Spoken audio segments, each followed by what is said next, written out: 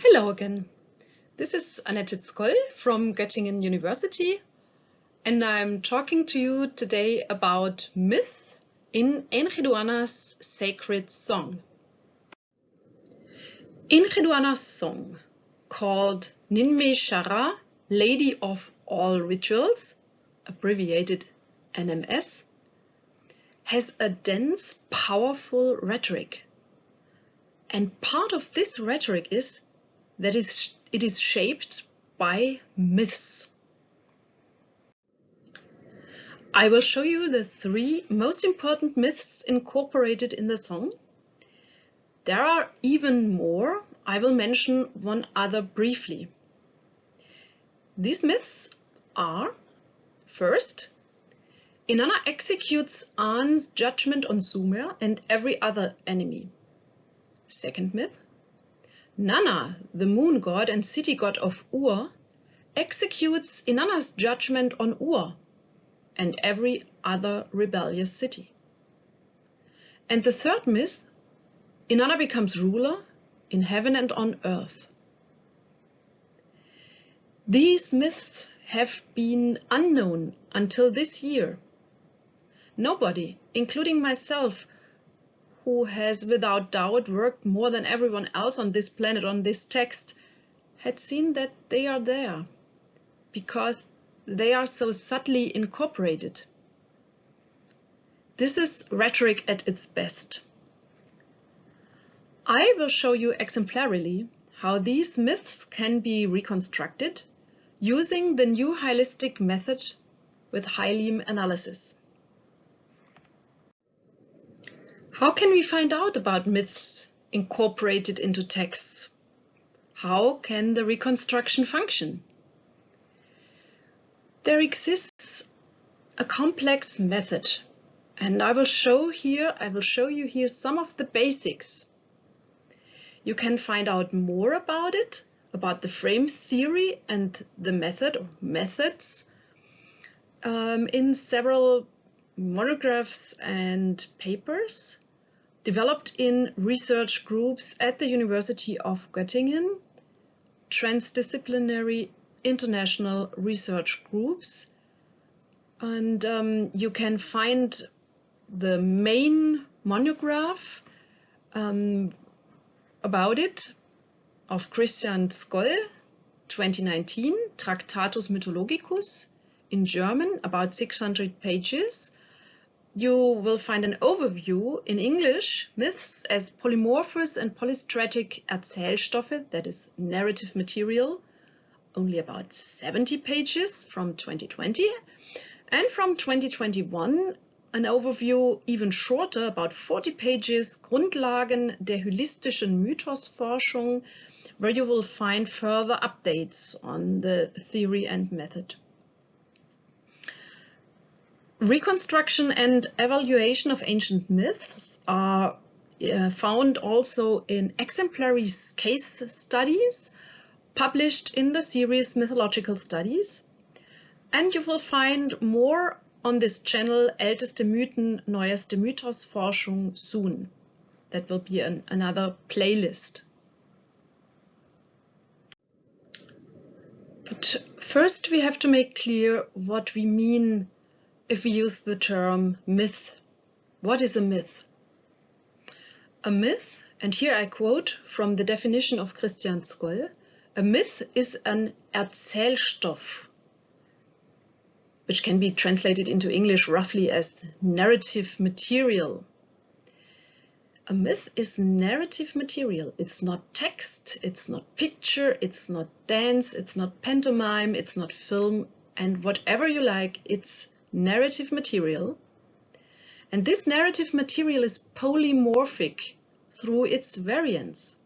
So usually a myth is existing in several variants, different from an art myth, which is only monomorphic and has no variants.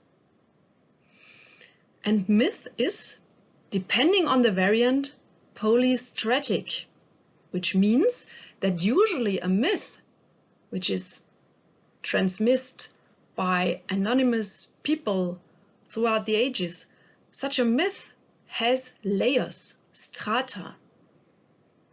Layers which stem from different people telling the myth and people combining the mythical material.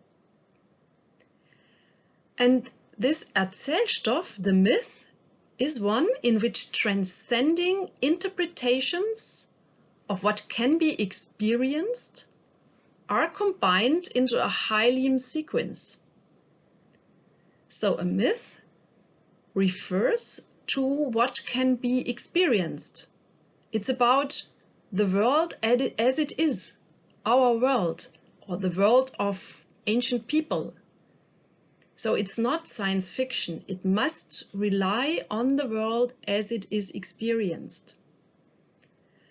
But this experience is interpreted through the myth in a transcending fashion. So there must be superhuman beings involved, which are protagonists. Who are protagonists? Such as gods, demons, and so on. So such an Erzählstoff has an implicit claim to relevance for the interpretation and mastering of the human condition. Okay, myth is Erzählstoff, narrative material, and not text or not picture or whatever.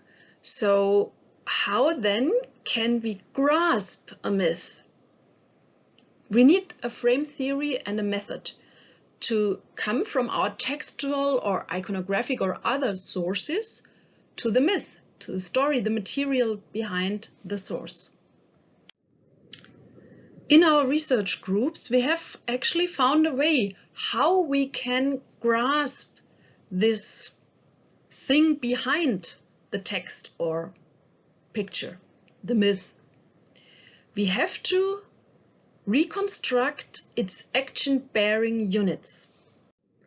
The action-bearing units are the building blocks of the narrative material. And since it's a bit clumsy to talk about action-bearing units all the time, we have abbreviated the term. So we call it hylemes, from Greek hyle, material, or Greek in English Greek hyli, and therefore hylemes, material. In German it is hyle, the German Greek is hyle and hyleme.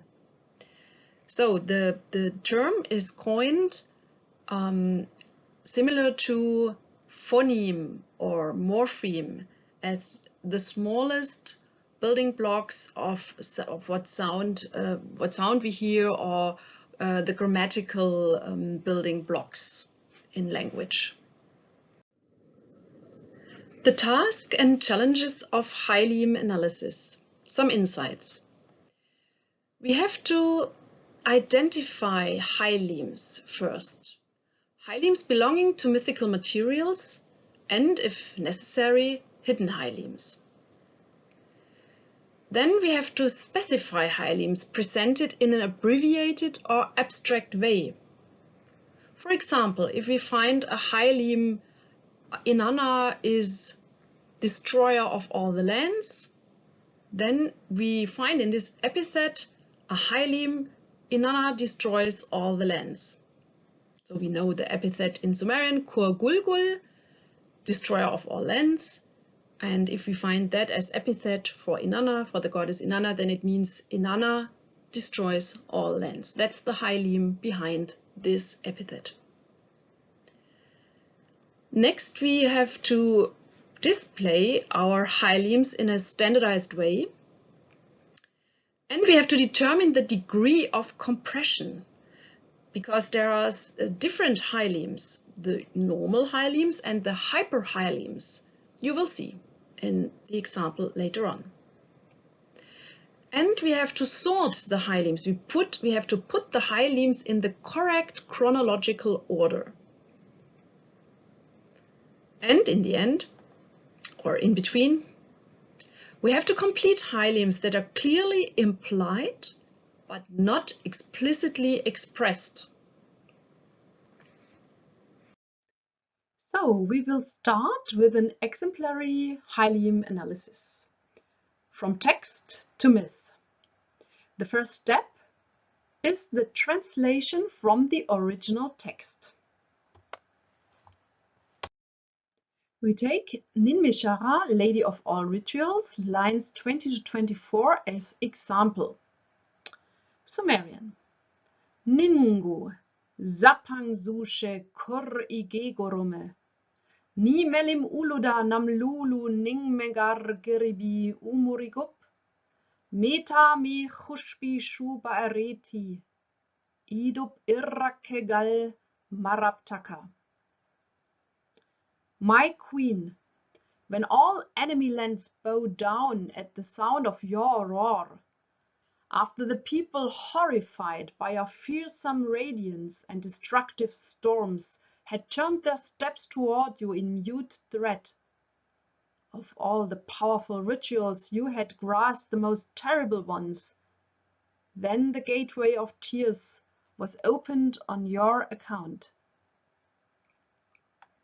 For the translation Me as rituals, see a study of Anatitskoy forthcoming and see a special episode regarding that topic. From text to myth, second step. Identification, specification and standardization of hylemes in textual order. So we go through the lines of the text. Line 20, my queen, when all enemy lands bow down at the sound of your roar. Which hylemes can be found in this line? First, we have to note that my queen does not belong to the narrative material. It belongs to the ritual level, to the ritual in which this narrative material, incorporated into the song, is sung. So the first hyleme is Innana raises a warlike roar, and then all enemy lands bow down. That means Innana defeats all enemy lands. Line 21 gives the hylemes Innana has a terrifying radiance, Innana possesses howling storms, and people haste in terrified silence, meaning traumatized, to Innana. Line 23, Innana has performed the most horrifying rituals. Here we have to note two things. This hyleme is not in the chronological order as the hylemes before, and it is a hyperhyleme. That means it sums up, it sums former hylemes up. We will see that in a minute. And then line 24, Innana makes somebody, meant is people, lament. We are making good progress. We come to step 3, from hylemes in textual order to hylemes in chronological order. When sorting, we first have to look at the categories of hylemes. That means that we filter the durative hylemes and put them at the beginning of our sequence, because they are always valid. So we can put them before the single event hylemes. The latest reference is given here. That's Skoll 2021. We always put hylemes in indents, and we give references to textual lines in brackets. So in our small passage, we find some durative hylemes. This is Innana has a terrifying radiance, and Innana possesses howling storms. And then the single event hylemes, the dynamic hylemes, start. So that's the action, the special action, the action line of the narrative material. In German it is punktuelle Hyleme. So let us have a look. Innana performs the most horrifying rituals. This is line 23. You see, it's a later line, but it comes earlier in the narrative material. I will explain in a minute why I put this Hyleme in this position. Okay, Innana performs the most horrifying rituals, and then Innana raises a warlike roar. She defeats all enemy lands, and in consequence of that, people haste traumatized to Innana, and Innana makes people lament. Fourth step, completion, from Hylemes in chronological order to Hyleme sequence. We give implicit Hylemes in square brackets, and the lines giving basis for the addition we show with an arrow, so arrow and then line number. Hyperhylemes are in blue. They are on another level than the surrounding Hylemes since they summarize other Hylemes. So let's have a look at the single event Hylemes. The durative Hylemes I leave out here for the sake of space. So the action line starts with Innana. Innana performs the most horrifying rituals. As for correct translation, it is the same with correct Hyleme analysis. We need cultural knowledge to understand what that means in order to do our Hyleme analysis properly. So what does that mean? The goddess performs most horrifying rituals. It comes as a result of the study sacred texts, secret rituals, that such rituals have great power. They activate persons and things. So what does this hyperhyleme mean in our context? It means the following. Innana makes the storms destructive, and Innana lets her terrifying aura radiate. She activates her aura. Then Innana raises a warlike roar, and Innana fights against all enemy lands. This hyperhyleme comprises, in this context, the following hylemes.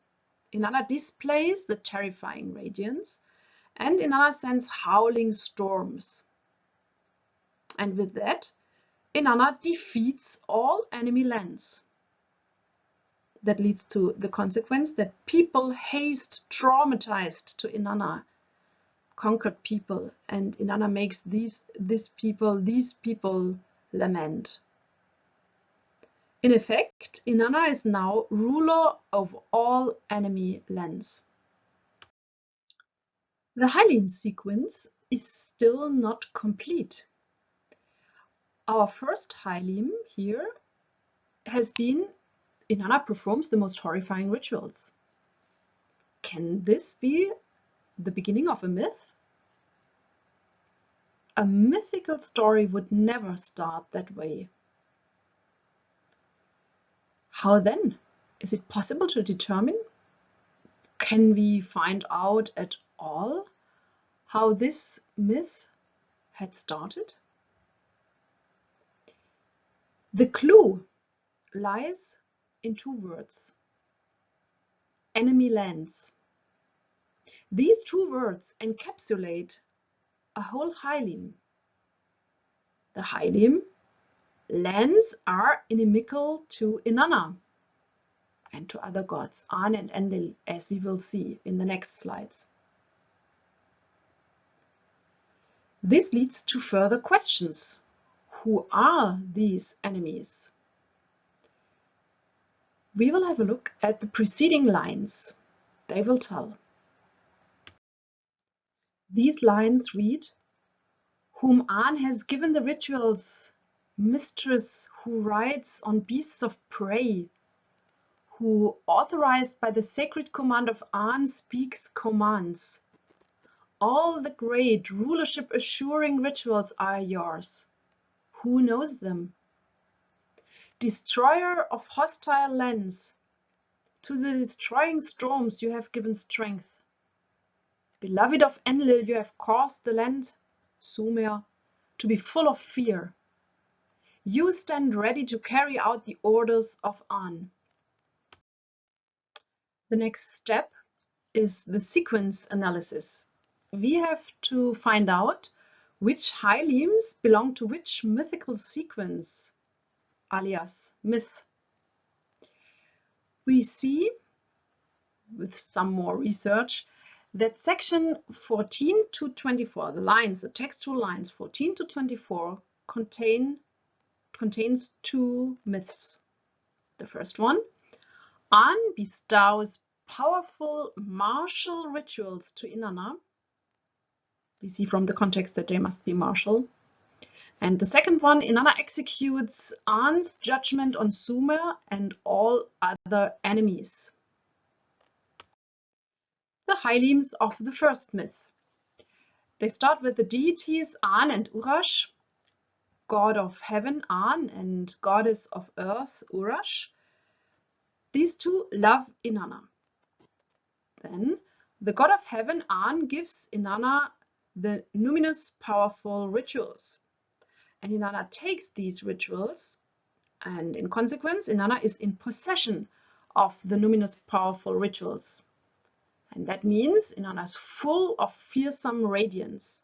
She rides on predators, and she has the power to unleash terrifying disasters and howling storms. And there are many more details and metaphors describing how Innana's power manifests itself. This is something very important for the song of En-ḥedu-ana. The second myth in this sequence is Innana, who executes An's judgment on Sumer and other enemies. It starts with the rise of Sumer and other enemies. Sumer becomes an enemy, Sumer and other enemies arise. And then An passes judgment on Sumer and other enemies, and the state god Enlil, the Sumerian state god Enlil, agrees to enforce the judgment on Sumer. This is interesting. It is the perspective of the high priestess En-ḥedu-ana.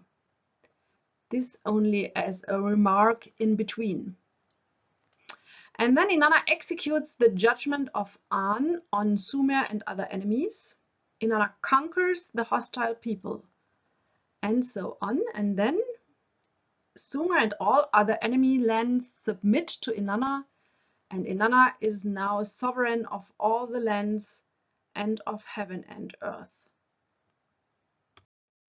With more time, we can use the Hyleme analysis to find out about the three main myths incorporated in the song šara.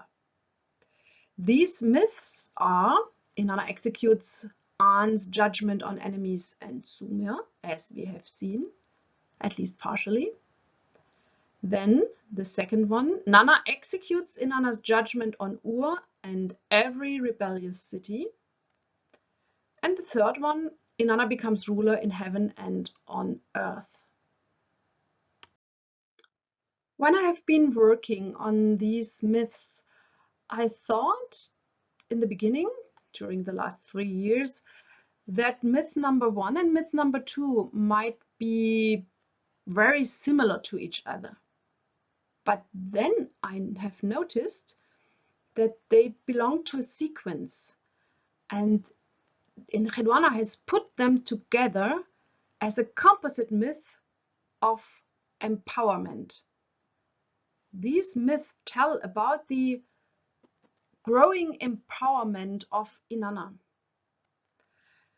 I will show it to you. The first one, Innana executes An's judgment on enemies and Sumer, has a strong hierarchical point at the beginning, on a hierarchical focus on An. An is clearly the supreme deity, together with Enlil, but Enlil is only mentioned once. And Innana is clearly subordinate to An. She executes his sentence. But in the end of Myth 1, the hierarchy has changed. Inanna has become much more powerful than in the beginning. Now she possesses the most horrible rituals of war, and she is owner of Sumer and all the lands. The second myth shows a different hierarchy. Now Inanna is supreme deity over the city of Ur and all rebellious cities. And the city god of Ur, Inanna's father, Nanna, is subordinate to Inanna. He executes her sentence against his own city.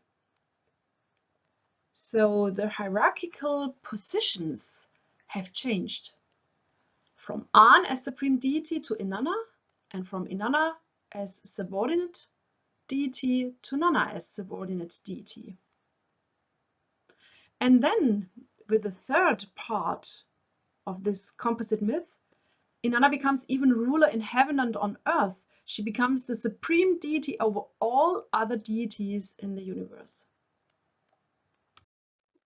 So the composite myth is a myth of empowerment of Inanna, who is in the beginning a subordinate to the god of heaven An, and changes to become ruler over all the gods, including An.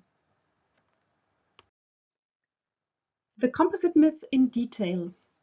We find allusions to a preceding myth about the prehistory, the mythical prehistory of Inanna. At birth, Inanna is a minor lady. The great gods love Inanna. The god of heaven An empowers Inanna through the gift of numinous rituals. Inanna becomes the most powerful, aggressive deity. Then main myth 1 as part 1, first part of the composite myth. Enemies arise. An passes judgment against them. Inanna executes the judgment against the enemies. Therefore, Inanna becomes the highest sovereign over all the lands. She becomes the most powerful among the gods. The great gods, the En-ḥedu-ana, here the divine rulers of the city-states, hide in ruins.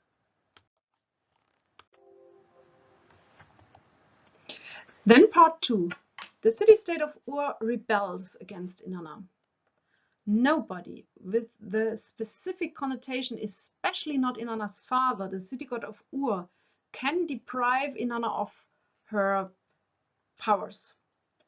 Inanna is now even more powerful than the god of heaven. Inanna passes her judgment against Ur. Nanna, the city god of Ur, adopts Inanna's judgment on the city of Ur. Nanna executes Inanna's judgment against Ur.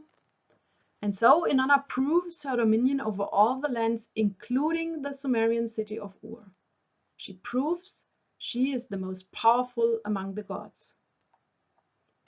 And the third myth, part 3. The great gods of the city-states, the En-ḥedu-ana, submit to Inanna. They kiss the ground before Inanna. So Inanna is now more powerful than the great gods, the En-ḥedu-ana. She is now the great lady, the sovereign in all of heaven and on earth. What we find here is an example of myths as battlegrounds for competing worldviews. Myths as a tool to create hierarchical relationships. Let me quote Christian Skoll, 2020. The transcending explanations and interpretations which emerge from the engagement with any kind of experience and which are chosen from this spectrum in each specific case exist in perpetual competition with other explanations and interpretations. Because of this constant rivalry, it is important for those in charge to have powerful instruments which allow them to spread their favorite version of events as effectively and as efficiently as possible. One such valuable tool for the propagation of one's own ideas and interpretations of the world are myths. And the myths incorporated into the song Ninme-šara are, as we have seen, a very good example for that. With that in mind, we can continue with our next episode about first author in world history, En-ḥedu-ana in recent research.